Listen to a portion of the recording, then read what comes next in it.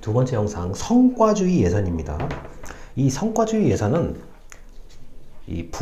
품목별 예산만으로는 정확하게 쓰이는 돈이 어떤 결과로 나왔는지를 알기가 어렵다고 하는 그 문제점 때문에 나타나게 된 겁니다. 자, 공무원의 인건비는 얼마다? 명확해요. 명확한데, 품목별 예산은 명확한데, 그 공무원이 어떤 일을 해서 어떤 결과를 가지고 왔는지는 인건비만으로는 알 수가 없어요. 자, 그와 마찬가지로 품목별 예산만으로 알 수가 없는 정보가 많기 때문에 그것을, 그러니까 품목별 예산 같은 경우는 그냥 대상 그대로의 값어치예요. 인건비, 자, 통신비, 교통비, 식비, 그 대상에 대한 값어치인데, 이 성과주의는 투입된 것에 대해서 나타난 결과를 알고 싶은 거거든요. 그러다 보니까 효율성을 높이려고 하는 거고, 야, 투입을 너무 많이 했는데 결과는 결과 별로다. 그러면 투입을 줄여야 된다는 발상을 할 수가 있는 거죠. 그래서 효율성을 높이고 관리하려는 성과주의 예산의 특징입니다. 그래서 기능을 강조하죠. 자, 얼마를 들여서 어떤 결과가 나왔냐. 자, 뭐 어느 교과서에나 이런 예가 있죠. 뭐 청소에 대한 거요. 자, 한 사람이 한 건물을 청소를 할 때 얼마를 들여서, 자, 어떻게 얼마나 깨끗해지느냐의 개념이죠. 보통 대학교 같은 경우는 하나의 단과대를 5층으로 봤을 때 1층 치우는 분, 2층 치우는 분, 3층 치우는 분, 4층 치우는 5층 치우는 분이 5명이 동원이 돼요. 그분이 아침에 보통 한번 치우시고, 점심때 한번 치우시고, 야간에 사람들이 없을 때 한번 치우고 퇴근하시는 경우가 많습니다. 자, 그러면 그 한 사람의 하루의 일과에 대한 것을 얼마로 볼 것인가가 굉장히 중요해요.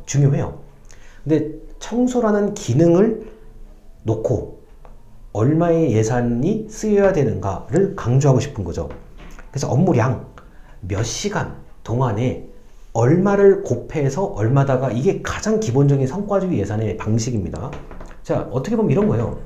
편의점에서 아르바이트 하시는 분의 입장에서 봤을 때는, 자, 우리 카운터, 우리가 계산대 포스에서 보통 서서, 자, 고객들, 자, 물건 바코드 찍고, 자, 얼마입니다 해서 카드나 현금을 받고 계산하고 안녕히 가십시오잖아요.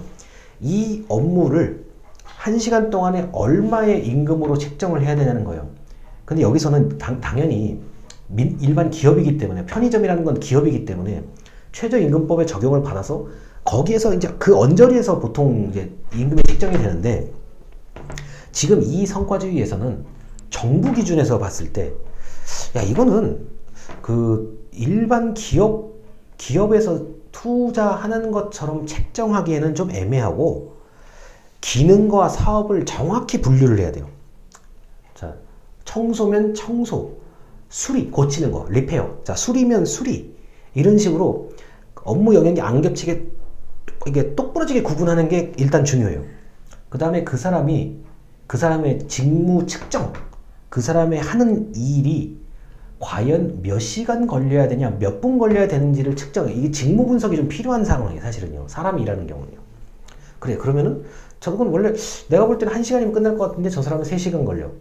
근데 이런 거를 측정을 다 해야 되는 거고, 야, 사람이 하는 것보다는 기계가 하는 게 오히려 효율적이다라고 한다면, 사람한테는 뭐 매일 돈을 줘야 되는데 기계는 매일 돈을 줄 필요는 없다. 대신에 초기에 설치 비용이 많이 들어간다. 이게 이런 게 이제 성과주의 예산의 관점에서 보는 거죠. 그래서 업무 측정 단위와 계산이 중요한데, 이게, 야, 제가 청소하는 거는 1시간에 10,000원으로 계산하는데 왜 내가 청소하는 건 1시간에 5,000원으로 계산, 이거 안 되잖아요, 그것도. 그래서 그걸 전부 다 쪼개놓고 표준화시켜 놓은 방침들이 있죠. 그리고 이런 것도 이제 뭐 예를 들어서요. 정부 같은 경우는 무슨 지침에 따라서 뭐 가격을 계산함, 무슨 근거에 따라서 가격을 계산함, 자, 뭐 예를 들어서요. 무슨 저 매뉴얼에 근거함, 이런 식으로 단서가 달려 있어요. 나중에 정부에서 일을 하시거나 정부로부터 돈을 받을 일이 생기면 반드시 그런 단서를 보게 돼요. 이렇게 숫자를 집어넣는 칸 바로 아래, 맨 아래 보면은 뭐 위 계산은 뭐뭐뭐에 근거함, 위 가격은 뭐뭐뭐에 근거함, 이렇게 써 있단 말이에요. 자, 그게 바로 표준화 시켜 놓은 거예요. 만약에 표준화가 안 된다 그러면은 상부 또는 다른 기관에 문의를 해서 야 이거는 난 잘 모르겠어. 이게 도대체 얼마를 지출을 해야 되는 거니? 그래 그러면 우리가 한번 알아봐 줄게. 업무를 물어볼 수 있어요. 공식적으로 질의할 수 있어요. 자 그렇게 해서라도 기능 그 다음에 어떤 사업을 하는지 그것이 어떤 결과를 이루어내는지에 대해서 나름대로 계산을 해야 되죠. 자 그런데 기업은 편의점에서 일을 할 때 그래 이 아르바이트 하는 이 사람한테 한 시간에 돈을 10,000원을 줘도 상관이 없다. 그 이유는 이 지점은 한 시간에 들어오고 물건 팔고 사서 나가는 손님들이 뭐 예를 들어서 뭐 10만 원어치를 한 시간에 산다. 이제 그렇게 된다고 하면은 돈을 벌어들이는 게 눈에 확실히 보이기 때문에 기업은 성과주의 예산으로 가는 게 맞아요. 제가 보기에는 뭐 나름대로 뭐 편의점에 뭐 전기료도 들어야 되고 뭐도 들어야 되고 뭐 이것저것 들 거 아닙니까? 이것저것 다 빼고 그래 아르바이트 하는 한 사람이 그래 뭐 7시간 한다. 오케이. 자 경험자다. 경험자 뭐 따로 가르칠 필요 없네. 오케이. 그게 다 비용으로 환산이 되는 거예요. 근데 정부는 투자한 거에 대비해서 바로 돈을 벌 수 있는 조직이 아니고 그런 업무도 많지가 않아요. 어떻게 보면요. 자 예를 들어서 우리 여기 이 영상을 보시는 분들 중에 뭐 무기 그러니까 밀리터리요. 무기 같은 거 좋아하시는 분. 자 전투기를 샀어요. 한 대에 4,000억이에요. 샀어요. 훈련 열심히 해요. 그 다음에 거기 항공유, 가장 질 좋은 항공유가 들어가죠. 기름은 넣어야 얘가 이착륙 할 거 아니에요. 얘는 그럼 기능이 뭐야? 국방. 그래, 국방. 공군. 만에 하나 뭐 전투나 전쟁 상황에서 쓸 수 있는 무기예요. 근데 전쟁이 일어나면 당연히 안 되겠지만 그 상황 한순간을 위해서 돈을 계속 넣는 거잖아요. 그게 안 올 거라고 저는 믿어요. 믿고 싶은 사람인데. 자, 만약에 그런 상황, 뭐 전투나 전쟁 상황이 없다라고 하면은 그건 그 전투기 그대로 유지비만 들어가는 거예요. 어떤 의미에서는. 그런데 그러면 성과는 눈에 드러나지 않는다고. 당장 내가 볼 수가 없죠. 그래 하늘에 전투기가 뜨는구나. 이게 이런 상황으로 생각하시면 돼요. 그 다음에 뭐 나는 저 강가를 별로 걸어본 일이 없는데 저 강가에 왜 저렇게 좋은 인도를 놓고 자전거 도로를 놓을까? 그럼 저 사람들이 거기를 타고 다니고 뭐 걸어 다니고 뛰어 다니고 그게 어떤 그 이득이 있을까? 편익을 어떻게 측정할 것이냐는 거예요. 그래서 정부는 투입을 어떻게 줄이냐, 마냐, 그대로 할 거냐, 늘릴 거냐에 굉장히 관심이 많죠. 대신에 기능과 사업을 파악하기에는 성과적 예산이 좋다는 거. 품목별 예산으로는 알 수가 없어요.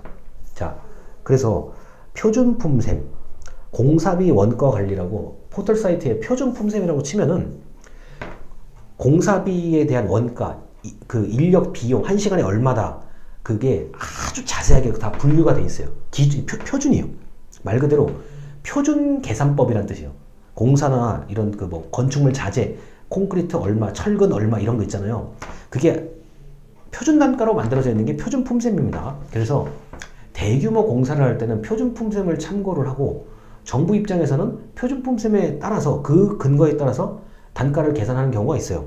자, 그래서 표준 품셈에 이제 저 책으로 사면 한 12만 원 정도 할 거예요. 한 권에 한 12만 원 정도 하는데 요새는 또 파일로 이거 다운로드 받아서 볼 수 있게 되어 있거든요.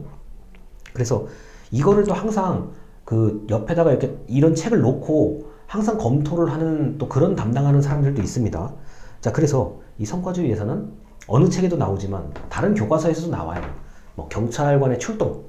자, 순찰차를 타고 경찰관 2명이 짝수로 보통 이렇게 다니니까요. 자, 출동을 해서 순찰을 한다. 하루에 뭐 4번 순찰한다. 그 다음에 이제 그 노선이 정해져 있는 정선 순찰이라 그래요. 노선이 정해져 있는 거요. 정해진 길목을 순찰한다. 자, 하루에 4번. 어떻게 단가를 설정하지? 한 번 출동할 때 단가, 2번 출동할 때 단가, 3번 출동할 때 단가. 자, 이런 이제 의문이 드는 거죠. 그 다음에 또 하나 뭐 소방차가 출동한다. 자, 그냥 일반적인 훈련 상황이 있을 것이고 실제 상황이 있을 것이고 출동을 하죠. 거기에 대한 기름값은 일단 계산을 해내야 될 거 아니에요. 자, 이렇게 해서 기능과 사업을 파악할 수는 있는데 다만 맹점이 있어요. 소방차가 자주 출동하고 순찰차가 자주 출동하는 게 이게 반드시 사회에 이로운 것인지는 생각해 봐야 돼요. 아니 원래 재난 사건 사고가 안 나야 좋은 거예요. 소방관 입장에서는. 경찰과 마찬가지로 범죄가 안 생겨야 좋은 거예요. 그러니까 일반 국민들이 봤을 때는 아니 뭐 왜 저렇게 가만히 있지? 왜 일을 안 하지? 그게 어찌 보면 좋은 거예요. 아니 만약에 뭐 범죄 천국이 되고 맨날 재난재해 있고 맨날 이러면은 사회가 불안해서 못 견디는 거죠. 그래서 출동 횟수만 가지고 보기에는 맞아요. 이 성과주의 예산만 가지고 봤을 때 맞아요. 그 논리가 맞는데 이게 과연 진짜 우리가 추구하려는 목적인가? 그거에 대해서는 답을 주기가 좀 어려워요. 그래서 이 성과주의 예산에 대해서는 원래는 기업에서 잘 쓰는 방식이에요. 당연히 이거는 기업에서 쓰는 방식이고 투자 대비 이윤이 나와야 돼요. 투자 대비 이익이 나와야 돼요. 그렇지 않으면 안 되기 때문에 성과주의 예산은 사실 뭐 정부보다는 돈을 벌어들이는 기업에서 더 적합한 예산 방식이라고 할 수 있습니다. 다만 정부도 큰 돈 들어갈 게 워낙 많기 때문에 이 예산법을 적용해야만 좀 더 예산을 효율적으로 관리할 수 있다는 점까지만 알아두시면 되겠습니다. 영상 여기까지입니다. 감사합니다.